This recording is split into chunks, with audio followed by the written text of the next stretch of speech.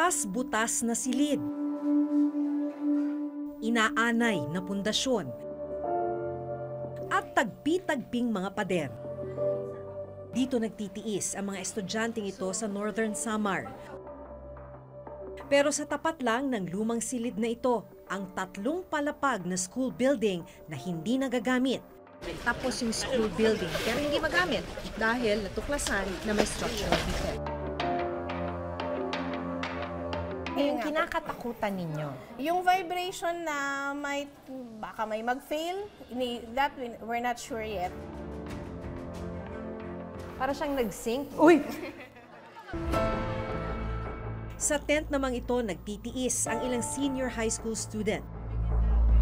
Ang silid kasi na para sana sa kanila, poste lang ang nakatayo. Sa tagal ng pagkakatiwangwang nitong project na to, napuno na siya ng damo. Paano humantong sa ganitong sitwasyon ang mga silid-aralang pinondohan at ginastusan ng pera ng bayan?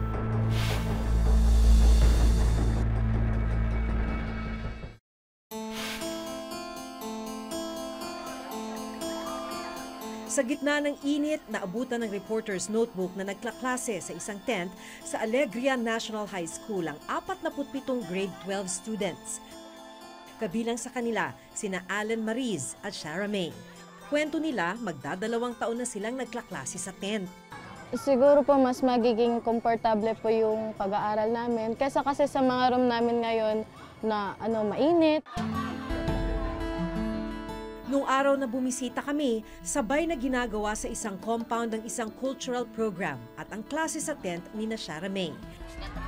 Magtatapos na sila ngayong Biyernes sa senior high, pero ni minsan, hindi sila nakaranas na magkaroon ng maayos na silid.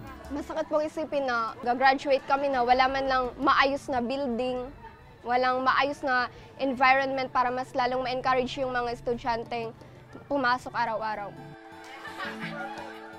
Taong 2015 nang maglaan ng 10 million pesos para sa pagtatayo ng school building para kina Allen Mariz at Shara May.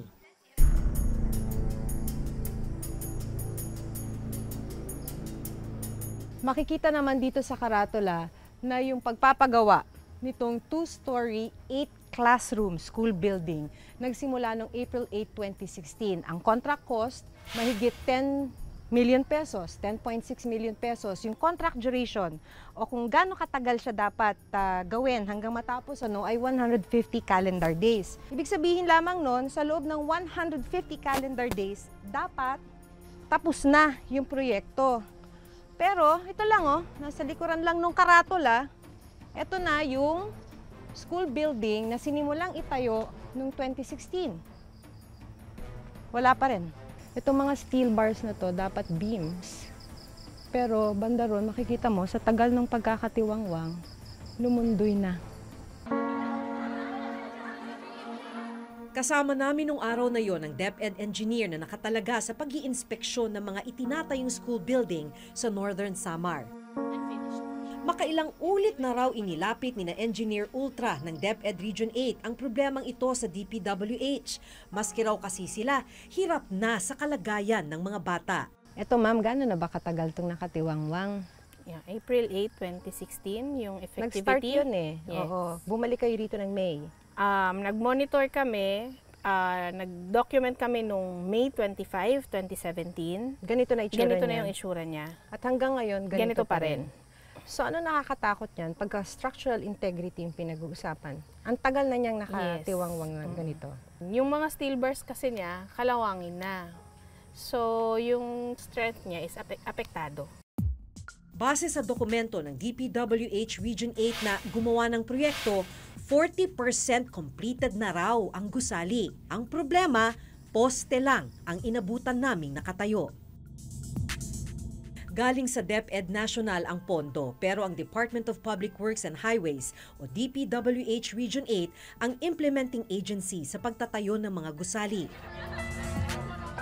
Kaya naman ganun na lamang ang panghihinayang ni na Allen Mariz at Shara May sa dapat sanay maayos nilang silid-aralan. Kung hindi natigil yung building namin na yun, siguro mas komportable tsaka mas mas matututo po kami kasi maganda po yung yung environment. Nakukulangan po ako sa aksyong ginagawa ng gobyerno, pati na rin po ng school namin kasi dapat bago kami magtapos, makita na namin talaga yung solid na talaga na structure ng building namin.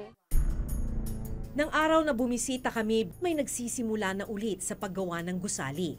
Kailan po kayo bumalik rito? Pang-apat na linggo na ngayon. Pang-4 na linggo po ngayon.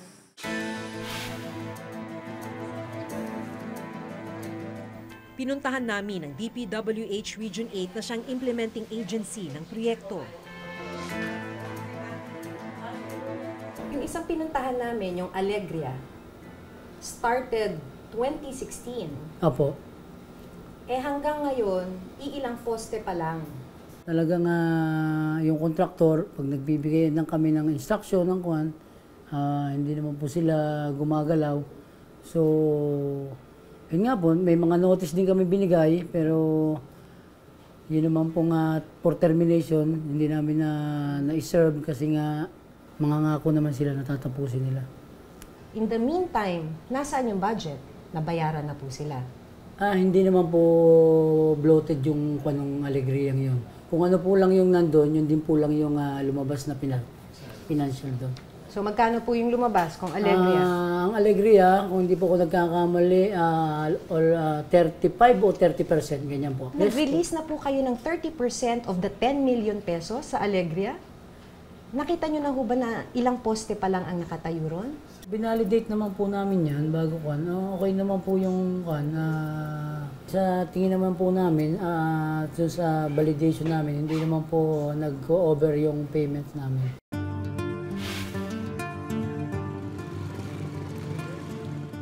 Sunod naming tinungo ang isa pang school building sa bayan naman ng Victoria.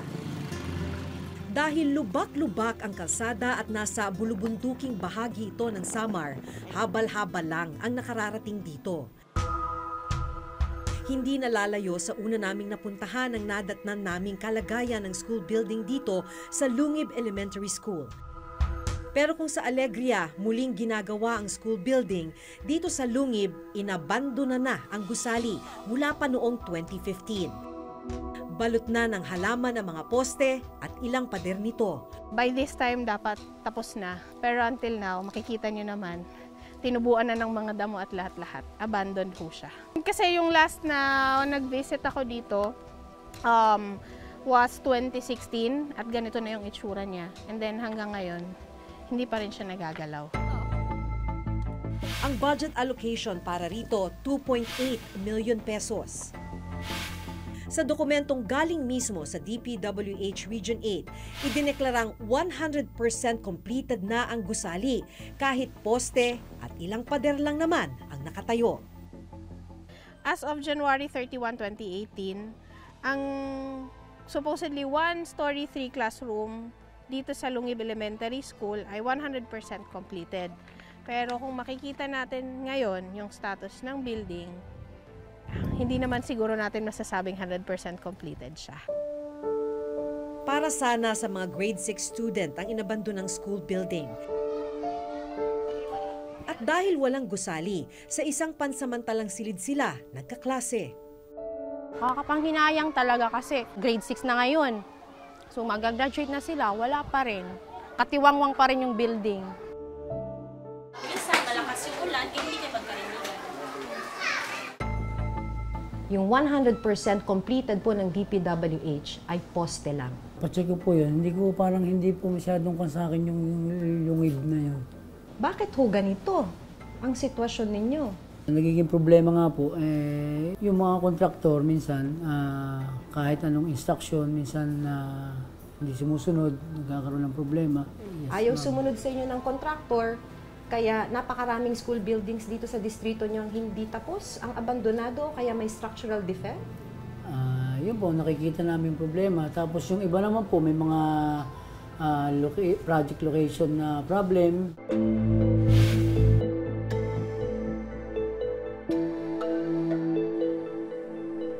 Iba naman ang problemang hinaharap ng mga grade 12 student dito sa San Isidro Agro-Industrial High School. Nandito tayo sa San Isidro Agro-Industrial School. Dito naman, tapos yung school building, pero hindi magamit dahil natuklasan na may structural defect.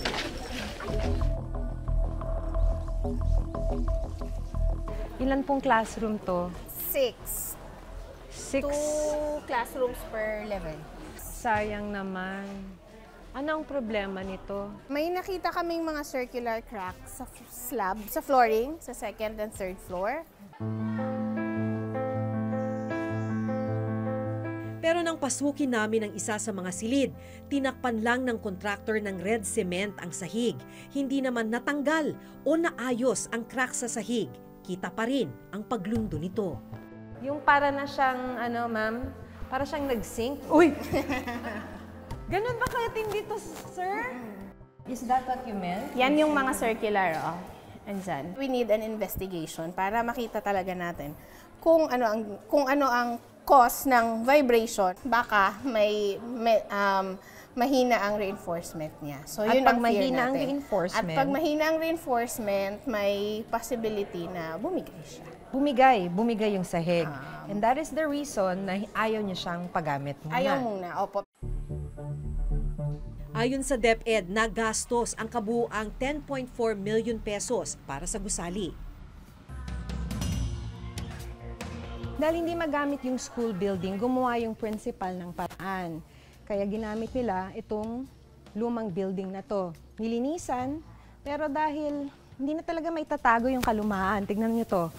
Wala nang dingding. Tapos, makikita yung ibang natitirang poste, talagang inanay na.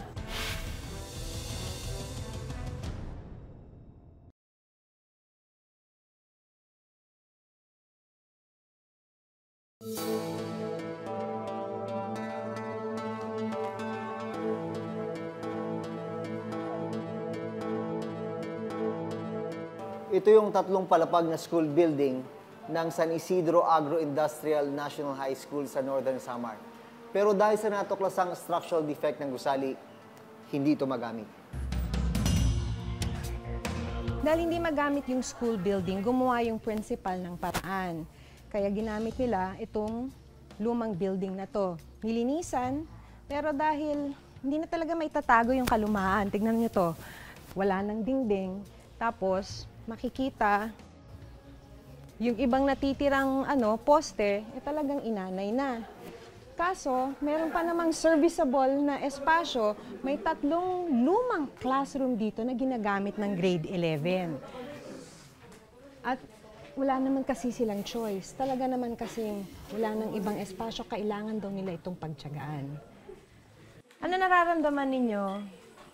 Nawalang... Medyo minsan pag umuulan, tumutulo po yung room. Pumapasok yung ulan sa room. Pagka umuulan? Opo, kasi okay lang po yung bintana. Tsaka dahil po marami kami, 50 po kami sobra. Sobrang init po, parang hindi na conducive yung room para sa amin. Lalo na po kung tirik na tirik po yung araw, mula po alas 8 hanggang alas 11. Ang init-init po talaga rito. Nasaan yung araw? Minsan dito. Po, dito po. Diretso. Opo, tapos wala po kaming mga bintana, kaya mas lalo pong mainit rito. Pag nakikita nyo yung building, na dapat yun yung classroom ng grade 11. Nakaka-disappoint po talaga kasi yung intention po talaga namin dito, kaya po kami nag-enroll dito. Kasi po, ito yung building na una-una pong napatayo rito sa barangay namin. Pero nakaka-disappoint po kasi hindi namin magamit-gamit kasi marami daw crack. Nilinis muna namin yung lahat dyan. Inirereklamo rin ng principal ng San Isidro National High School ang pagkakagawa ng gusali. Pumuntang taga-DPWH dito, sabi nila na pipirmahan na daw yung acceptance. Kasi tapos na. Kasi tapos na, ito turn over na nila. Sabi ko, ay hindi ko yan pipirmahan, pasensya na po. Kasi alam naman ninyo na may reklamo na ako. Kaya ayusin muna ninyo bago ako pumirma dyan. Sabi ko, halika, punta tayo sa loob. Ito, kailangan ba na i-accept ko ito na pag inaapakan ng ilang tao lang, nagbabibrate, parang mahuhulog ka na. Sabi ko, kayo mga engineers kayo, ako teacher lang ako. Kaya, ano ang assessment ninyo yan? Mga engineer kayo, ano ang assessment ninyo yan? Pwede ba yan? Okay ba yan? hindi sila kumibo. Nagkuhan po kami dyan. Memo ako dyan sa mga inspectorate team. So, binalidate po nila. Mayroon pong gagawin kami dyan correction po. Bakit ho umabot ng ganito? Tumayo po ako dito eh. Naramdaman ko yung pagyanig ng sahig nito eh. Kahit anak ko, hindi ko papaakyatin sa second floor nito, sir. Pero willing naman po yung ko na i-correct yan. Pero yun ang gusto kong malaman. Paano to nakumpleto ng ganito, buong-buo, at may major structural defect? You recognize po na may major structural defect? Meron naman po. May defects po na... Yun nga po, yung slab niya may problema. So yung slabs po may problema. Ang laking problema po nun. Bakit umabot sa ganito? Ang ibig sabihin po ba nito, gagastos uli kayo? Ay, hindi ma'am. At the cost of the contractor? Cost of the contractor po yan. Ang masaklap, habang hindi pa naayos sa mga problema sa gusali, hindi pa rin ito mapakikinabangan ng mga estudyante. So paano to? Useless na to. Yeah, sa ngayon, building na useless to. siya. Pero yun nga po, kailangan natin yung pa-investigate at managot at kung anong magiging recommendation ng structural engineer na mag-i-investigate, then yun dapat ang ipa-undertake ng DPWH sa nag-construct nito. Nandito tayo ngayon sa opisina ng isang structural engineer at ipapasuri natin yung iba't ibang school building na binisita ng ating team sa Northern Samar. Ang reklamo dito ay lumulundo na. Ano pong senyalis yung pag nakikita nyo lumulundo na? Isang senyales na may problema yung either yung pagkakagawa or yung pagkakadesign ng sahig, no? Usually, we don't expect any deflection or paglundo ng isang sahig, lalo na't hindi pa siya occupied ng mga estudyante. Based on my professional opinion, hindi normal yung ganung paglundo sa sahig ng isang paaralan. Yung nakikita nyo po, ayan, halos walang narating. Ano ang mangyayari sa bakal pag naka-expose ng ganong katagal? Kokoro, dumihina. At pag binuhusan mo kaagad, yung kanyang band-aid sa konkreto, pagkabuhos siya, hindi ganoon kaganda. Puro siya kalawang. So, the structure will not behave the way it was designed.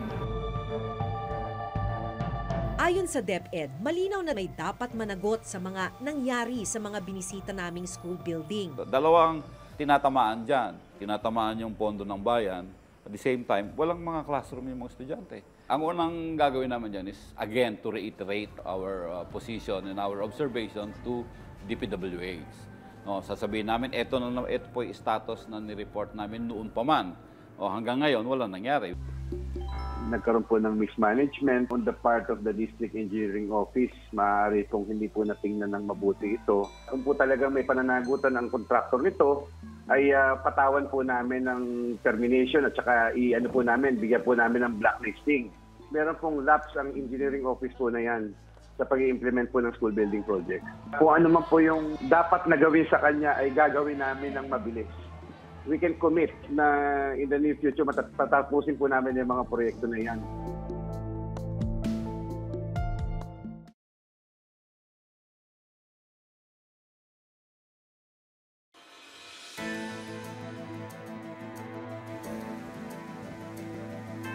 Sa mga pinuntahan naming school building, nasa halos 20 milyong pisong halaga ng pondo ng bayan ang ginastos. Pero ngayon, hindi naman napakikinabangan.